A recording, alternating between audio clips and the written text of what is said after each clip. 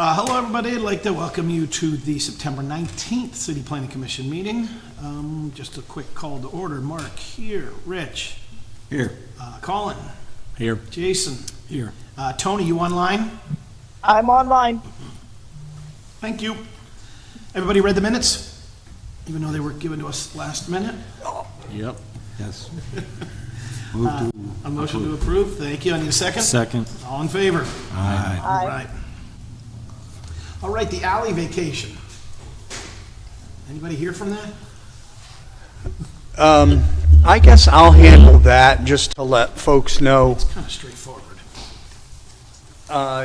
So I distributed some information about where the location of that alley is. So you can see from the aerial photos that it's kind of unusual. It's sort of it basically surrounds a parking area, which I'm assuming at some point may or may not have had a building on it.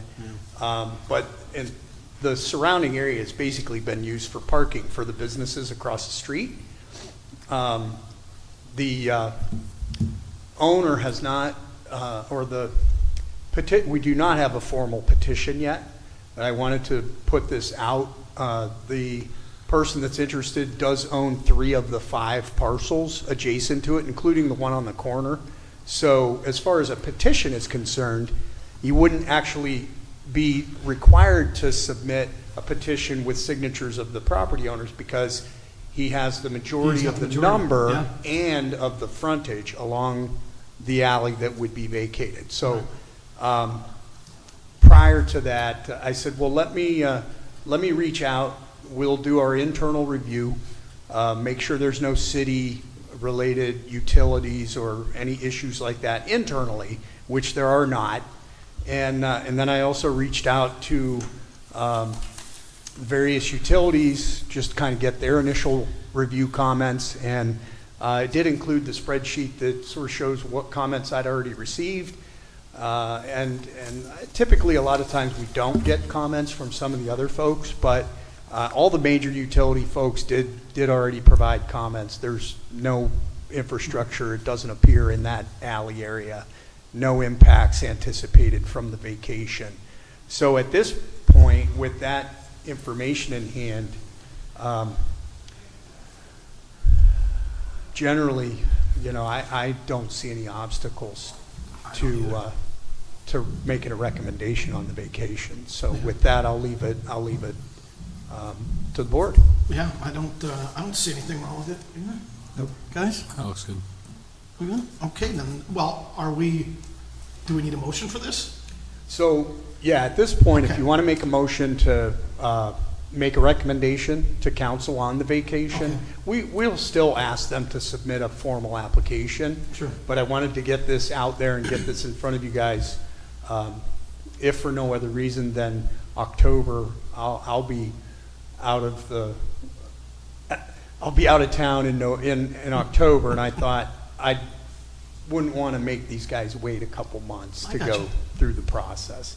So, Okay. yeah. Well, I need a motion. I'll make a motion to recommend vacation. I'll second it. Second. All in favor? Aye. Aye. Okay. All right, historic property designation.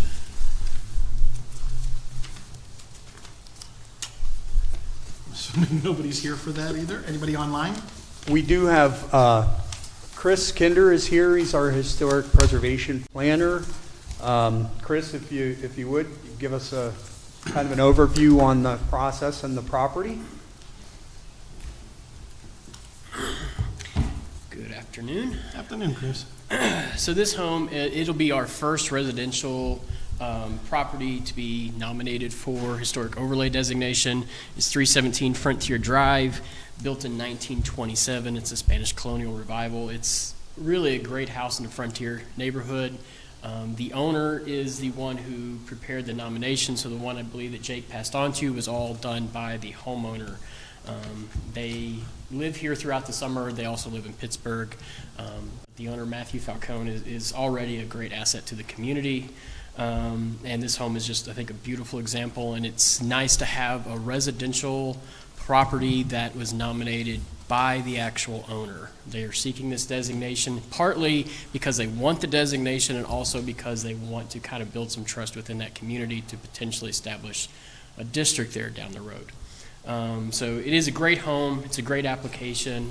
The HRC did vote to approve this unanimously, and we're looking for your approval as well. Well, thank you.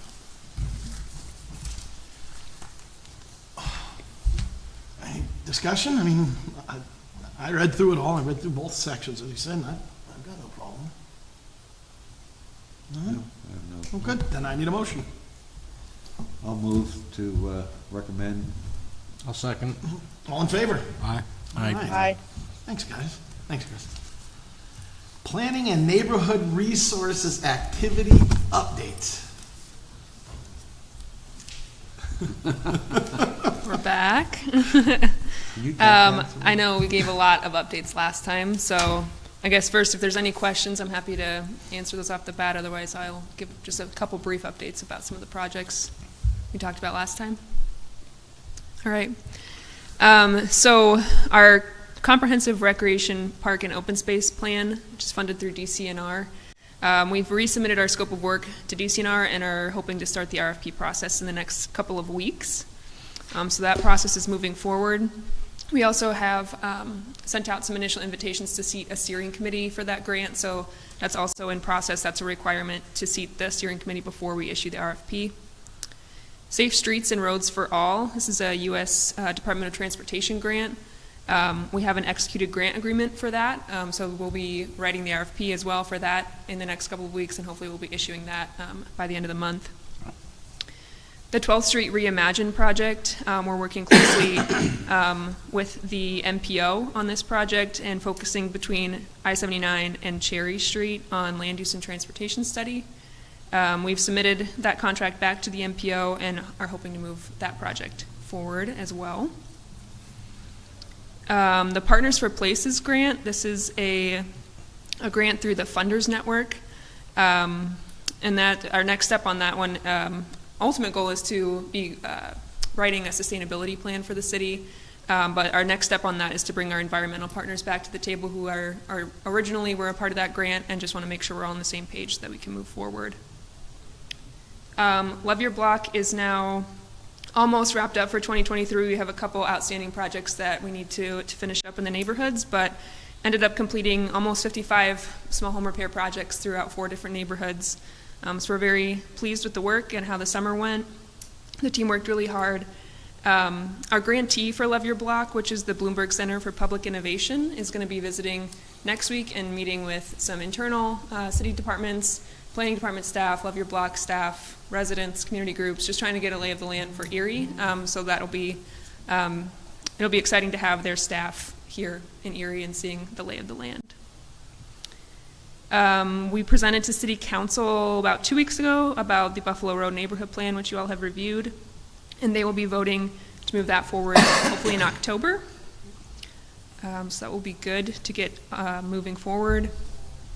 And then the Historic Preservation Plan, and maybe if Chris is gone, abandon me.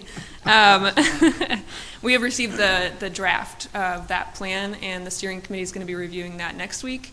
And then the HRC will also review that, and we'll be moving it towards adoption as a city-wide plan as well.